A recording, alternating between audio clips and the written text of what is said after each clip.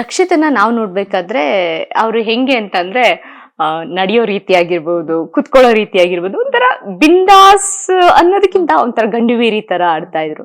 So ನಿಮ್ಗೆ ಅಂದ್ರೆ dressing ವಿಚಾರ ಆಗಿರಬಹುದು ಅಥವಾ ಅವ್ರು ಕುತ್ಕೊಳ್ಳೋ ನಿಂತ್ಕೊಳ್ಳೋ ವಿಚಾರ, ನಿಮ್ಗವ್ರಿಗೂ ಕಮ್ಯುನಿಕೇಶನ್ ಅಷ್ಟಾಗಿರ್ಲಿಲ್ಲ, ಬಟ್ ಏನಾದ್ರು ಸಜೆಷನ್ ಕೊಡ್ತಿದ್ರಾ? ರೆಡಿ ಆಗು ಅಂತ ಹೇಳ್ತಾ ಇದ್ದೆ ನಾನು. ಯಾಕಂದ್ರೆ ಅಷ್ಟೊಂದು ಬಟ್ಟೆಗಳು ಬರ್ತಿತ್ತು ಅವಳಿಗೆ, ಚೆನ್ನಾಗಿರೋ ಬಟ್ಟೆಗಳು ಬರ್ತಿತ್ತು. ಅದಕ್ಕೆ ಆದಂತ ಜುವೆಲ್ರೀಸ್ ಎಲ್ಲ ಕಳಿಸ್ಕೊಡ್ತಿದ್ರು. ಮನೇಲಿ ನೋಡಿದಾಗ ಬೇಜಾರಾಗತ್ತೆ, ರೆಡಿ ಆಗು ಅಂತಾನು ಹೇಳಿದೀವಿ. ಬಟ್ ಅವಳು ಕಂಫರ್ಟಬಲ್ ಆಗಿರೋದು ಇಷ್ಟ ಅಲ್ಲ, ಕಂಫರ್ಟಬಲ್ ಆಗಿರೋದು ಇಷ್ಟ ಅವಳಿಗೆ.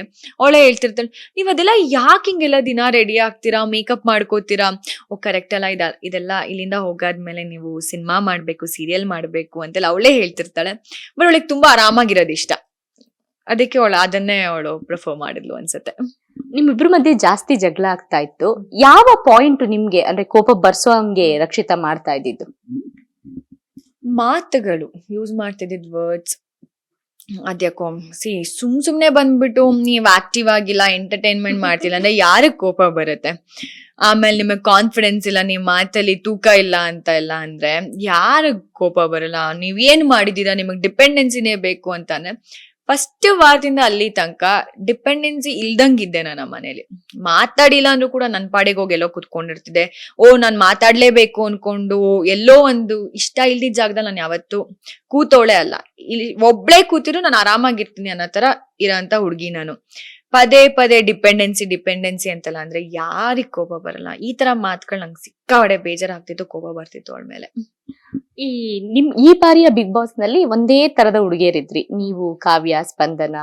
ಸೊ ಅದು ಏನಾದ್ರು ಮಾತುಕತೆ ಆಗಿರಬಹುದು, ನಿಮ್ ಬೇಸರಗಳು ತೋಡ್ಕೊಳಕ್ ಆಗಿರ್ಬಹುದು, ಯಾವ ತರ ಹೆಲ್ಪ್ ಆಯ್ತು ಅಂತ?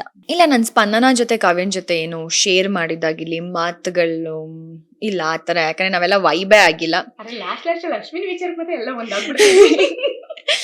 ಅಂದ್ರೆ ಅಶ್ವಿನಿ ಮ್ಯಾಮ್ ಆತರ ಈಗ ಕಾವ್ಯಂದು ಅವ್ರಿಬ್ರದ್ದು ಜಗಳ ಡೇ 1 ಇಂದ ನಡೀತಾ ಇದೆ.